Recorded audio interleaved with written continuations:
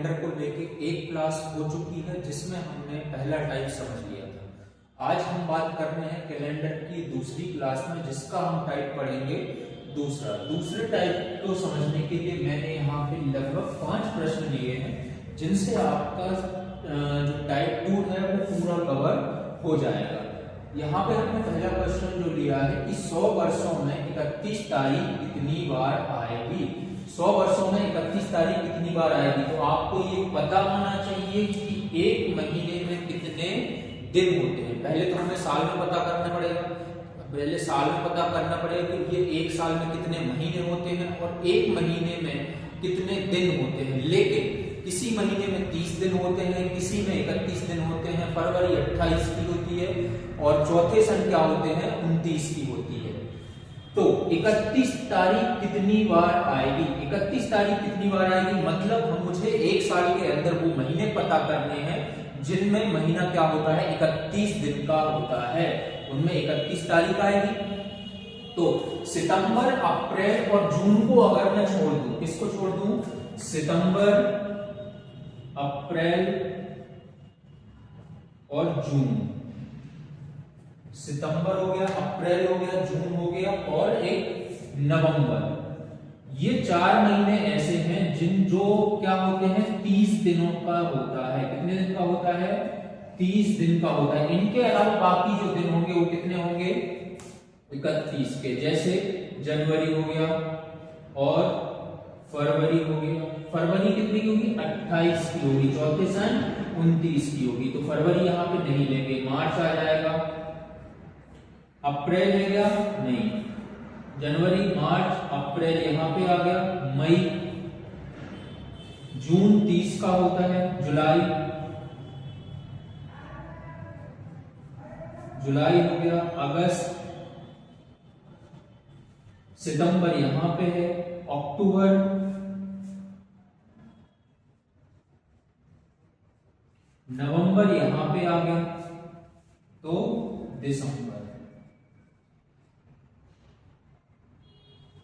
कितने महीने हो गए जिनके अंदर दिनों की संख्या 31 होती है, जनवरी, मार्च, मई, जुलाई, अगस्त, अक्टूबर, सितंबर। कुल कितने महीने ऐसे मिले 7 महीने मुझे मिल रहे हैं। कितने महीने मिल रहे हैं 7 महीने मुझे ऐसे मिल रहे हैं जिनके अंदर क्या होते हैं दिन 31 होते हैं। तो इन्होंने पूछा है कि 100 वर्षों में 31 तारीख कितनी बार आएगी। कितने वर्षों में 100 वर्षों में। तो मुझे एक वर्ष में 31 तारीख कितनी बार आ रही है 7 बार। कितनी बार आ रही है 7 बार आ रही है एक वर्ष में। लेकिन यहां पर मुझे कितने वर्षों में पूछा है 100 वर्षों में। कितने वर्षों में 100 वर्षों में पूछा है। तो 7 का गुणा करूंगा मैं 100 से, तो क्या आ जाएगा 700। मतलब 100 वर्षों में 31 तारीख कितने बार आएगी 700 बार आएगी। समझ में आया इतना। चलो दूसरा क्वेश्चन समझते हैं। 100 वर्षों में 30 तारीख कितनी बार आएगी। 100 वर्षों में 30 तारीख कितनी बार आएगी, तो हमें पहला दिमाग तेज चलाने के लिए सितंबर, अप्रैल, जून और नवंबर, ये 4 महीने ऐसे हैं जिनमें दिन कितने होते हैं 30 दिन होते हैं। तो क्या ये चारों को लेंगे, नहीं। उसने पूछा है कि 100 वर्षों में 30 तारीख कितनी बार आएगी 100 वर्षों में। तो ये जो 31 दिन जिनके अंदर हो रहे हैं उनके अंदर भी तो 30 होगा भाई। 30 दिन 31वां दिन जो महीना है, जो ऐसा महीना जो 31 दिनों का होता है उसके अंदर भी तो 30 तारीख आ रही है। तो 7 महीने तो ये हो गए, जनवरी, मार्च, मई, जुलाई, अगस्त, अक्टूबर, दिसंबर, जिनके अंदर 31 है तो 30 भी है। 7 ये हो गए। उसके अलावा ये 4 महीने ऐसे हैं जिनके अंदर क्या हो रहा है आपका कि महीने के अंदर दिनों की संख्या 30 है। तो 4 ये 7 ये कितने हो गए, कुल कितने 11 महीने हुए। अरे 11 महीने हुए कि नहीं, मतलब एक साल में 11 महीने। सिर्फ फरवरी ऐसी होगी जिसको मैं छोड़ दूंगा। क्यों, क्योंकि फरवरी होती है 28 की, चौथे सन 29 की भी होती है, लेकिन 30 तक वो तब भी नहीं पहुंच रहा, इसलिए मैं फरवरी को छोड़ दूंगा। बाकी के जो 11 महीने हैं उनको मैं लूंगा किसके अंदर, जिनके अंदर 30 तारीख आएगी 100 वर्षों में। तो एक वर्ष में आ रही है 11 बार, एक वर्ष में 11 बार, तो 100 वर्षों में 1100 बार। समझ में आएगी नहीं?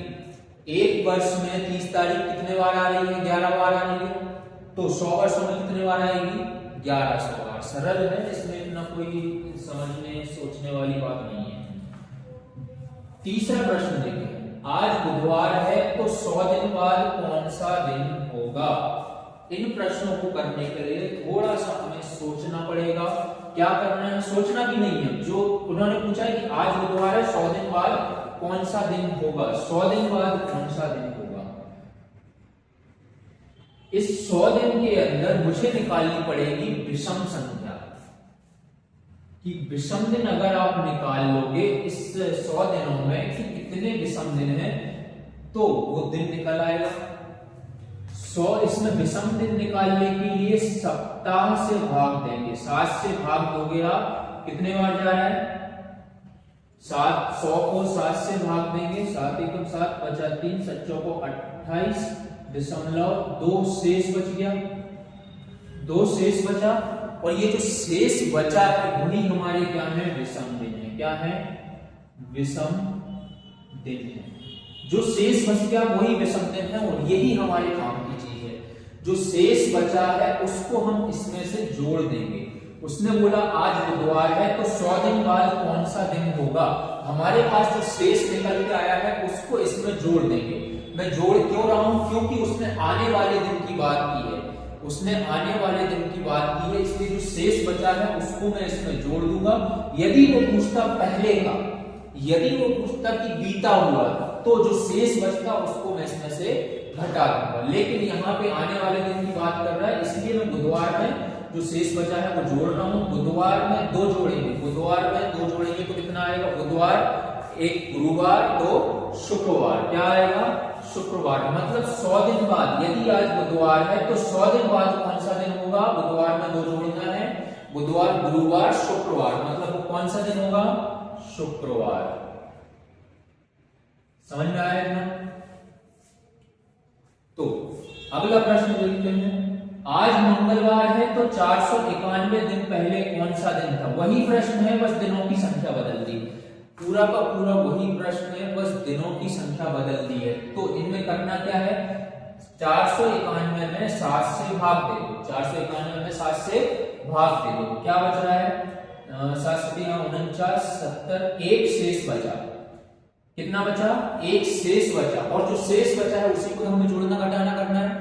तो यहां पे इसने बोला आज मंगलवार है तो 491 दिन पहले कौन सा दिन था? कब की बात कर रहा है? ये अतीत की बात कर रहा है, पहले की बात कर रहा है। क्या बोला इसने? आज मंगलवार है तो 491 दिन पहले कौन सा दिन था? पहले की बात कर रहा है, तो क्या करोगे? इसमें से घटा दोगे। क्या घटाओगे? जो शेष बचा है मंगलवार में से वो शेष आप घटा दो। मंगलवार में से 1 घटाए कितना बचेगा? सोमवार आया कि नहीं आया? मतलब वो कौन सा दिन था? सोमवार। इतना आया समझ में? तो हाँ आया। चलो अगला प्रश्न देखें। एक प्रश्न की वैरायटी ये भी बनती है कि या आज ये था, कल वो था, या उसके पहले वो था, या उसके बाद ये होगा। तो इन प्रश्नों को हल करने का तरीका थोड़ा सा, या तो आप ये जोड़ के करते जाओ, या उंगलियों पे लिखो कि ये का आज ये है, आज के 2 दिन पहले गुरुवार है तो ये लिख दिया, आज के 3 दिन पहले बुधवार है तो लिख दिया। ऐसे में तो टाइम बहुत लगेगा, इतना हमारे पास टाइम नहीं है। तो इनको करने का एक तरीका होता है। ये बोल रहा है यदि बीते हुए दिन के 3 दिन पहले के 2 दिन पहले मंगलवार था, तो बताइए आने वाले दिन के 4 दिन बाद के 2 दिन बाद के 2 दिन बाद कौन सा दिन होगा। अगर ऐसा करने जोड़ने जाएंगे तो हम करते रह जाएंगे। इनको करने का एक तरीका है। इसने बोला यदि बीते हुए दिन, बीता हुआ दिन मतलब एक बीत चुका है तो एक दिन ये हो गया, बीता हुआ दिन तो एक दिन ये हो गया, के 3 दिन पहले जो बोलता जा रहा है वो लिखते जाओ यहाँ पे। उसने बोला यदि बीते हुए दिन मतलब एक दिन बीत चुका है तो वो एक दिन मैंने यहाँ पे लिख दिया। बीते हुए दिन के 3 दिन पहले, के 3 दिन पहले, 3 मैंने यहाँ पे लिख दिया। 3 दिन पहले के 2 दिन पहले, 2 दिन मैंने यहाँ पे लिख दिया। मंगलवार था मंगलवार था 2 दिन पहले, ठीक है। अब तो बताइए आने वाले दिन के, आने वाला दिन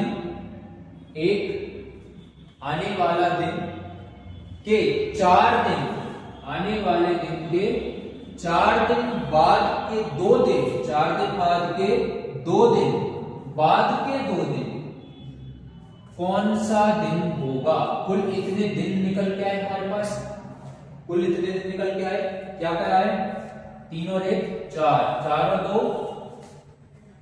2 6, 6 4 10 और 1 11, 11 2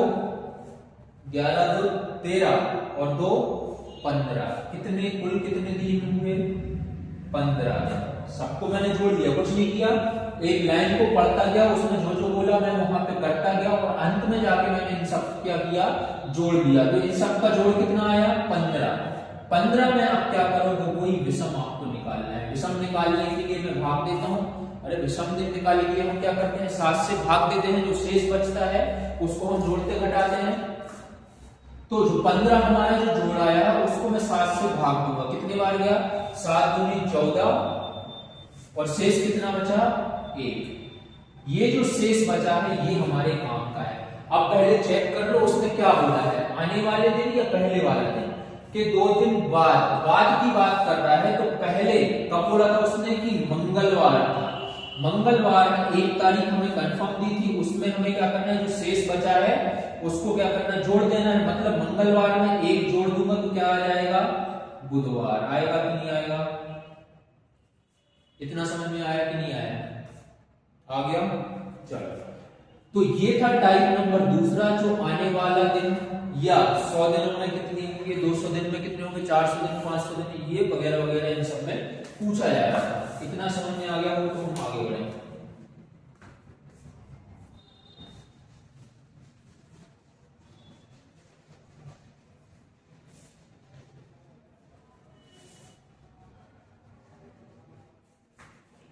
अगला टाइप देखते हैं, टाइप नंबर तीसरा है। इसमें ये प्रश्न बनते हैं कि ये 15 वर्षों में विषम दिन ज्ञात कीजिए, 18 वर्षों में विषम दिन ज्ञात कीजिए, या फिर 2500 वर्षों में, मतलब शताब्दी वर्षों में आपको विषम दिनों की संख्या ज्ञात करनी है। क्या करनी है?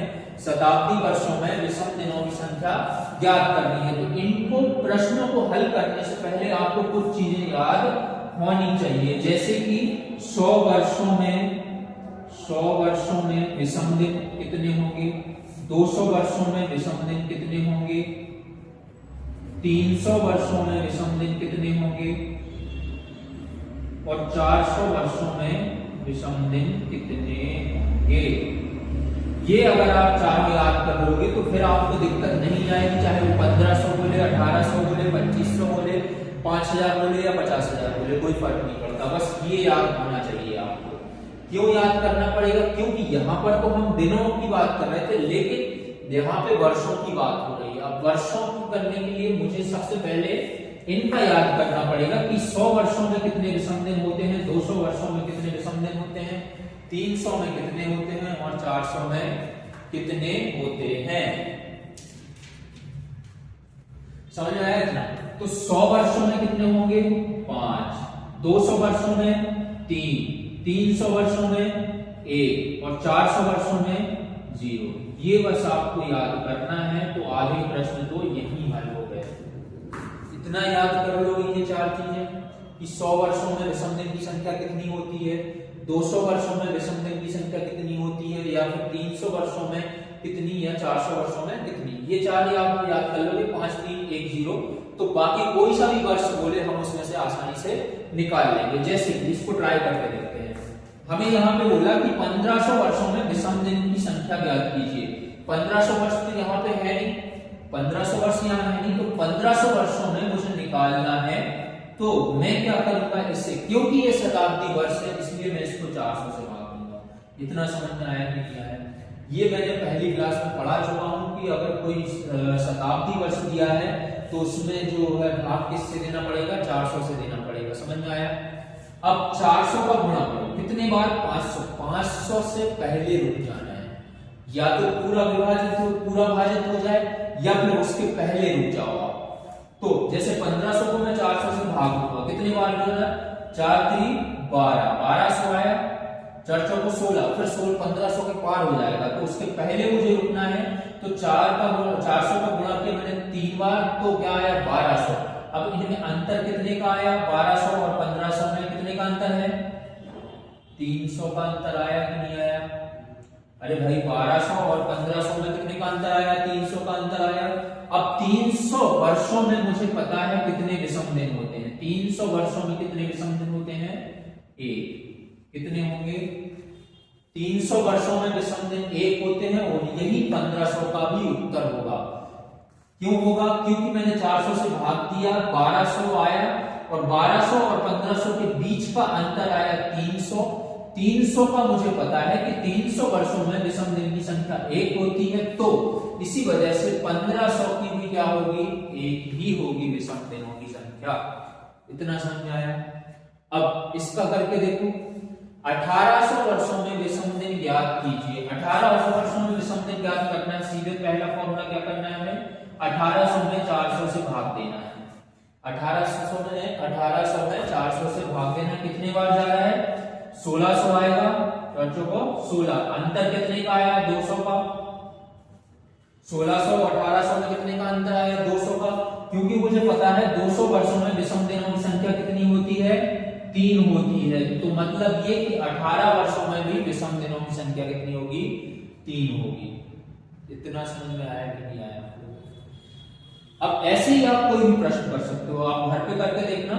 मैंने यहाँ 1500 1800 करवाया, आप 2500 का निकालना, आप निकालना 3000 का, 5000 का, 5300 का, इनका आप निकाल के देखना क्या आ रहा है। ऐसे ही निकालना है। तीसरा टाइप यही बताता है कि आपको विषम कोई शताब्दी वर्ष दिए हैं, बड़े शताब्दी वर्ष दिए हैं, उनके अंदर विषम दिनों की संख्या कैसे याद करोगे। ये समझ में आया हो तो इनको करके देखना, उत्तर आ जाएगा, नहीं आए तो बताना। अब पढ़ते हैं चौथे टाइप की तरफ। चौथा टाइप हमें यह बताता है कि 15 मार्च 2014 को मंगलवार है, तो 19 जुलाई 2014 को कौन सा दिन होगा। इसमें क्या बोल रहा है कि महीने तो बदल रहे हैं, तारीख बदल रही है, महीने भी बदल रहे हैं, बस नहीं बदल रहा है तो वो है सिर्फ सन। पहले भी 2014 था, अभी भी 2014 है। जब तक सन नहीं बदल रहे हैं तब तक हमें कोई दिक्कत नहीं है, सिर्फ महीने और तारीख बदल रही है। क्या बदला भैया, यहाँ पे मार्च से शुरू करेंगे, जब जो दिन दे के रखा है, जिस महीने में दे के रखा है वहां से शुरू करेंगे। मार्च से शुरू करेंगे, मार्च, अप्रैल, मई, जून और जुलाई, इन 5 महीनों की बात की है। इन्होंने बोला कि भैया 15 मार्च को मंगलवार है, तो 19 जुलाई को कौन सा दिन होगा। तो मार्च से शुरू करते हुए मुझे जुलाई तक पहुंचना है, लेकिन पहले आपको एक चीज पता होनी चाहिए कि मार्च के अंदर महीना कितने दिनों का होता है। अभी मैंने बताया था तुम लोग को कि मार्च जो होता है वो कितने दिन का होता है, 30 दिन का। अरे सी अब जून 9 30 के, सी अब जून 9 30 के होते हैं, मतलब मार्च कितने का होगा, 31 का होगा। मार्च कितने का होगा, 31 का होगा। तो फिर अप्रैल भी 30 का होगा। मई, सी अब जून 9 30 के, बाकी सब 31, मतलब मई भी 31 का है, जून 9 मतलब जून कितने का है, 30 का। जुलाई कितने की होगी, 31 की। ये समझ में आया। ये आपको याद होना चाहिए कि कौन सा महीने में कितने दिन होते हैं, ये आपको याद होना चाहिए। नहीं है याद तो याद कर लेना, क्योंकि पूरी रीजनिंग में हमें ये दिक्कत दे सकते हैं। मैंने ये निकाल लिया, लेकिन मार्च का जो 31 का महीना है, मुझे 31 तारीख से कोई मतलब नहीं, मुझे 15 मार्च के बाद वाले दिन चाहिए। यहाँ पे कितने दिए हैं, 31, मुझे चाहिए कितने हैं, 15 मार्च के बाद वाले दिन। तो क्या करूंगा, इसमें से 15 घटा दूं, 31 में से 15 घटाऊंगा, कितना बचा, अरे ये तो 11 में से 5 जाएंगे, कितना बचा, 7, एक 17 दिन बच के आए, तो 17 दिन बचे कि नहीं बचे? 17 दिन नहीं, 6 दिन बचे, 16। इतना समझ क्यों घटाया? समझ में आया? क्योंकि मुझे 15 मार्च से शुरुआत करनी है और पहुंचना कहां तक है मुझे? 19 जुलाई तक। ये 30 का है, ठीक है, पूरा महीना चाहिए मुझे। मई 31 का है, ठीक है। जून 30 का है, ठीक है। जुलाई 19 जुलाई तक की बात की है, यहाँ पे 31 तारीख है, तो 31 शुरुआती 19 दिन ले लूं मैं। 19 जुलाई की बात की है, मतलब 19 ले लूं। अब ये एग्जैक्ट तारीख आ गई है, इनको अब सबको आप क्या करो? 7 से भाग दे दो, सभी को 7 से भाग दे दो। भाग देने के बाद शेष जो बच रहा है वो आपको लेना है। 16 में 7 से भाग दूंगा, 7 दूनी 14, बचे कितने? 2। यहां पे 30 में 7 से 7 को 28, बचे 2। यहाँ पे 31 को मैं 7 से भाग दूंगा, 7 को 28, बचे कितने? 3। यहाँ पे 30 में भाग दूंगा, 7 से बचेंगे 2। यहाँ पे 7 दूनी 14, 14, 15, 16, 17, 18, 19, कितने बचे? 5 बचे। कितने बचे? 5। ये समझ में आया? कितना बचा शेष? 5। अब ये जो शेषफल आया है, ये जो पूरा आपका शेषफल आया है, इसको क्या करो आप? सबको जोड़ते जाओ, और जहां पे जोड़ आपका 7 आ जाए, जहां पे भी जोड़ आपका कितना आ जाए? 7 आ जाए, उसको वहीं पे काट दो। 5 और 2 7, 3 तो 5, 3 तो 5 और 2 7। ये समझ में आया? पूरी तरह कट गया। शेष कितना बचा? 0 बचा। मतलब 15 मार्च 2014 को यदि मंगलवार था, तो 19 जुलाई 2014 को भी क्या है? मंगलवार है।